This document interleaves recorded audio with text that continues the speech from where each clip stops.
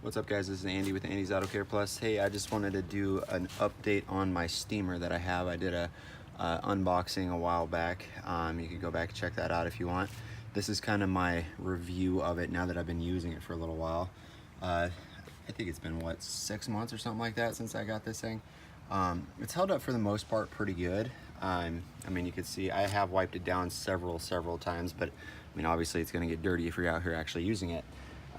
A couple things I can say about the actual holding up of it is the fill cap here, the gasket that's on there actually kind of blew out fairly quickly, but honestly it still holds pressure, so that's not really a big deal. I haven't replaced it.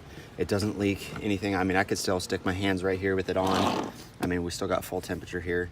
I usually keep it on high because honestly the adjusting, it could be a little bit finer, but because using it, turning it down, it's not a whole lot of a difference, honestly. If it's been sitting, you get a lot of pressure right off the bat, and then it kind of fades within, I don't know, about 30 seconds or so, and then, but it still holds pressure. I can sit and steam an entire front seats and back seats without losing a whole lot of pressure, as long as I have a full tank in here. I use it a lot without any tips on here like this. I seem to have a little bit more pressure this way. It has a little tip where you can put it on there for little cracks and crevices or whatnot. I don't use that. I did at first, but I just started not using it because I actually have a little bit higher pressure that way. So what I'm going to do is I'm going to kind of run down how to use it also. On top of this review, one of the other things I do want to mention is about 3 months in, this happened. This hose split, and that was one of the things I found in reviews, is that this thing does not hold up. I taped it, and obviously it gets hot, so this is kind of melted away. I'm gonna have to retape that again, but that's kind of the condition that that's in.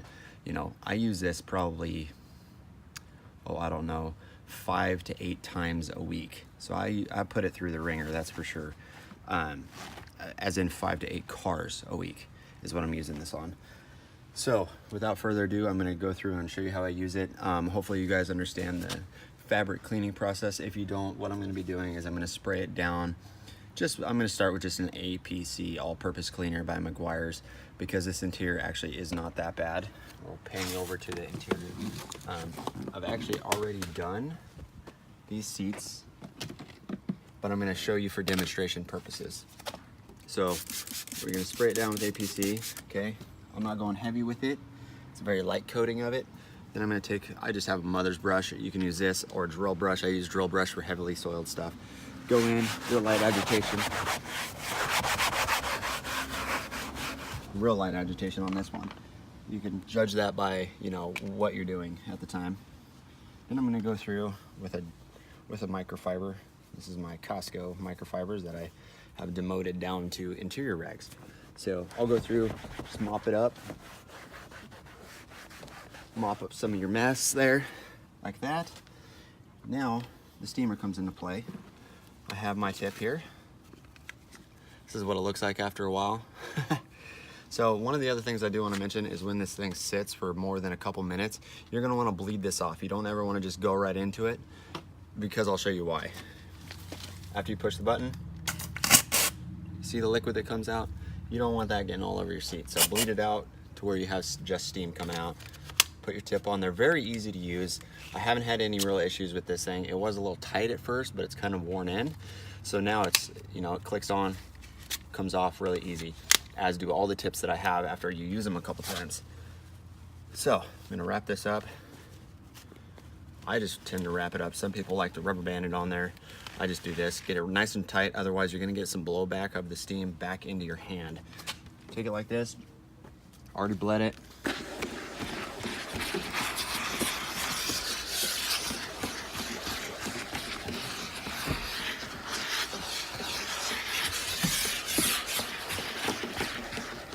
So that's just the quick version of it right there, because I already did this seat, okay?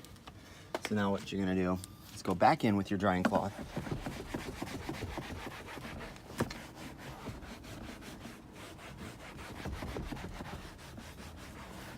And mop up after yourself right there. So that's the basic process. You can go over it multiple times if you have to, if it's really bad. whichever you decide. Basically, all in all, I do say that I like this steamer. It's been great for me. It was a bargain. I think I bought it for 125 bucks, something like that, off of Amazon. Pretty good deal. The one downfall that I would like to mention real quick before I'm done is, as you can see, I bought the smaller version of this. The larger version, I think, is the 1385, something like that. I could be mistaken on that one. I'll type it in the description. But the bigger one has double the tank size. It's the same exact burner, same everything, pretty much. All the internals are the same, other than the tank size. So if you're doing, let's say, bigger cars a lot of the time, this will last for a small car. Like this Honda Civic that I'm working on, I won't have to worry about refilling it. If I'm doing a truck or something that's really bad, I have to stop and refill it. And that's really annoying. That is the only downfall of this steamer, I would say, is the tank size. So if that's a problem, go to the bigger tank size and then you'll be good. All in all, it's good for the money. I'm eventually gonna try to upgrade to something like a VX5000 or something like that, but this is a great entry-level steamer, especially if you're just trying to start out. And that's hopefully a quick little rundown of how to use it. How I use this for doors, by the way, I'll go through a little patch here real quick. So I'll spray it down with my APC. I'll sit there and agitate it with a small brush. Then I'll take this.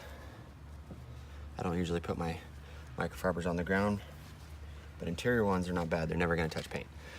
After I APC it, agitate it in there, I'll go through with my steamer, do that. That's another reason why you're supposed to bleed it off first right there. And then I'll go through and do that. If I got little crevices like this, I'll go through like that. That actually blows out everything that's inside of there, which is a fantastic little thing. That's why I use a steamer right there. I don't use air compressor to blow out all the dust. I don't really like that. That's for some people, it's just not for me. One of the reasons I don't do that is it just kind of blows dust everywhere and then I'm constantly chasing myself. With this, it gets it wet, pushes it down, I mop it up. Hey, thanks, don't forget to subscribe to my videos. Like it if you want, and I'll talk to you guys later.